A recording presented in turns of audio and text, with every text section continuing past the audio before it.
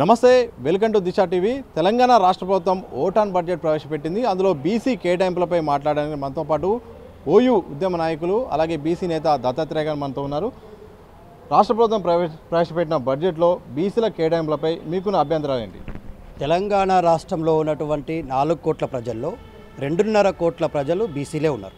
So ఇవాళ తెలంగాణ రాష్ట్ర ప్రభుత్వం నూతనంగా వచ్చినటువంటి రేవంత్ రెడ్డి గారి నాయకత్వంలో ఏర్పాటైనటువంటి ఈ ప్రభుత్వం గతంలో కామారెడ్డిలో ఒక డిక్లరేషన్ చేసింది.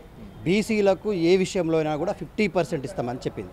ఆ డిక్లరేషన్ అన్నింటినీ కూడా తుంగలో తొక్కి ఓటు వేసేదాకా ఓడమల్లన్న, ఓటు వేసిన తర్వాత బోడిమల్లన్న చందంలాగా ఇవాళ బీసీలతో ఓట్లు వేయించుకొని అధికారంలోకి వచ్చినటువంటి ప్రభుత్వం కేవలం 8,000 రూపాయలు కేటాయించడం ఎంతవరకు సమంజసమని చెప్పి ప్రశ్నిస్తా ఉన్నాం. అదే కామారెడ్డి డిక్లరేషన్లో ప్రతి సంవత్సరం బీసీలకు 20,000 కోట్లు కేటాయిస్తామని చెప్పినటువంటి ఈ రేవంత్ రెడ్డి ప్రభుత్వం అధికారంలోకి వచ్చిన తర్వాత మాట మార్చి కేవలం 8,000 రూపాయలే కేటాయించి బీసీలను ఖచ్చితంగా అవమానపరిచిందని చెప్పి భావిస్తూ ఉన్నాం. దాంట్లో బీసీ విద్యార్థులకు వచ్చేటువంటి ఫ్రీ రియంబర్స్మెంట్ ఏంది, తెలంగాణ రాష్ట్రంలో ఉన్నటువంటి 14 యూనివర్సిటీలలో బీసీ విద్యార్థులకు వచ్చేటువంటి నిధులేంటి, అలాగే బీసీ కులాలు ఉన్నాయి. ఈ తెలంగాణ ప్రాంతం అనేటువంటిది సబ్బండ వర్గాల సకల జనుల సమ్మిళితం ఇది.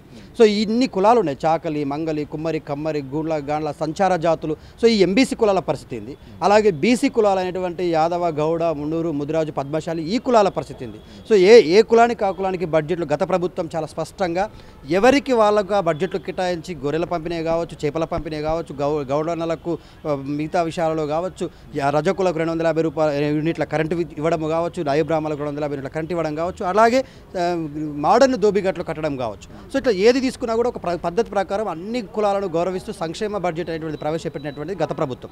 కానీ ఈ ప్రభుత్వం కేవలం బీసీ ఓట్లతోనే అధికారంలోకి వచ్చి ఓటు వేసే వరకు బీసీలను మొత్తం ఆకాశంలోకి ఎత్తేసి ఓటేసిన తర్వాత ఇవాళ నేలకు తొక్కేసినటువంటి పరిస్థితి. 8,000 రూపాయలతో ఏ బీసీ కుటుంబాలు బాగుపడతాయి? కేవలం ఒక కులానికి కేటాయించాల్సినటువంటి బడ్జెట్ని మొత్తం బీసీ కులాలన్నింటికి కేటాయించడం అనేటువంటిది నిజంగా తీవ్రమైనటువంటి అన్యాయంగా భావిస్తూ ఉన్నాం. మాతో పాటు మా సోదరులు అనేటువంటి జనాభాలో బీసీల కంటే తక్కువే ఉన్నటువంటి ఎస్సీ కులాలకు 21,000 కేటాయించారు, ఎస్టీ కులాలకు 13,000 కోట్లు కేటాయించారు. కానీ అత్యంత ఎక్కువ జనాభా ఉన్నటువంటి బీసీలకు మాత్రం కేవలం 8,000 కోట్లు కేటాయించేసి అవమానపరిచారు. అది ఎట్టి పరిస్థితుల్లో బీసీలకు సరిపోయేటువంటి బడ్జెట్ కాదు. త్వరలోనే మేము రాష్ట్ర వ్యాప్తంగా అన్ని విద్యార్థి సంఘాలతో, బీసీ సంఘాలతో, కుల సంఘాలను కలుపుకొని పెద్ద ఎత్తున ఉద్యమం చేయబోతా ఉన్నాం. ఈ రాష్ట్ర ప్రభుత్వం ఖచ్చితంగా బీసీలను పక్షపాతులుగా చూస్తూ ఉంది. రేవంత్ రెడ్డి అధికారంలోకి వచ్చేటప్పుడే ఒక మాట చెప్పిండు, ఇవాళ ఈ రాష్ట్రంలో ఏ పదవులో అయినా ఉంటే గింటే రెడ్డిలే ఉండాలనుకున్నాడు. సో ఇవాళ రెడ్డినే ముఖ్యమంత్రి అయిన, రేవంత్ రెడ్డినే ముఖ్యమంత్రి అయిన కాబట్టి అదే స్థాయిలో ఇవాళ బీసీలపై చిన్నచూపు చూస్తూ ఉన్నాడు. పదవుల విషయంలో అదే చిన్నచూపు, ఇవాళ బడ్జెట్ల విషయంలో అదే చిన్నచూపు.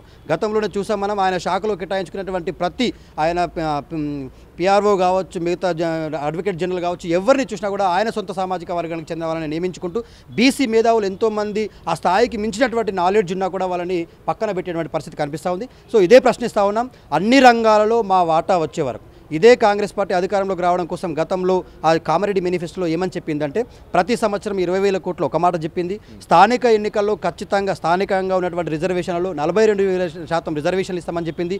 కుల జనగణన చేసి మీ వాటా తేలుస్తామని చెప్పింది. సో ఇవాళ ఈ 8,000 కోట్లతో ఎవరి కులం వాటా తేలుతుంది చెప్పండి, మీరే చెప్పండి. 8,000 కోట్లు దేనికి సరిపోతాయి? ఇవాళ బీసీల కులగణన చేయాలన్నా, బీసీల కులాల యొక్క లెక్కలు తేల్చాలన్నా, వారి స్థితిగతులను అధ్యయనం చేయాలన్నా కేవలం ఈ 8,000 కోట్ల రూపాయలు అనేటువంటి దానికే సరిపోతుంది. మరి what about development activities plus welfare activities?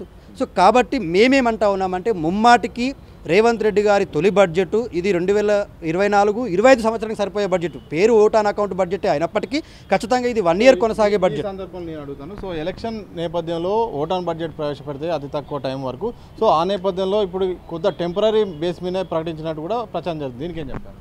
Budget చరిత్రలో ఎప్పుడైనా గుర్తుపెట్టుకోండి, అటు కేంద్ర ప్రభుత్వమైనా ఇటు రాష్ట్ర ప్రభుత్వమైనా ఎన్నికలకు ముందొస్తూ బడ్జెట్లు ప్రవేశపెట్టిన ఏ బడ్జెట్ అయినా తాత్కాలికమైనదని మాత్రం చెప్పుకోవడానికి పనికొస్తుంది, కానీ అది శాశ్వతంగా ఈ 1 ఇయర్ మొత్తం కొనసాగుతుంది. ఆనవాయితీగా వస్తున్నటువంటి పద్ధతి ఏంటంటే ఎప్పుడు కూడా ఫిబ్రవరి నెలలో బడ్జెట్ ప్రవేశపెట్టుకోవడం అనేటువంటిది ఆనవాయితీ. సో ఈ నెలలో ప్రవేశపెట్టుకున్నటువంటి ఈ బడ్జెట్ ఈ సంవత్సర కాలానికి సరిపోయే బడ్జెట్గా చూపించారే తప్ప అది కేవలం 3 నెలలకు 4 నెలలకు అని చెప్పేసి ఆ లెక్కల్లో చూపించే ఎక్కడ మనకు కనిపించదు.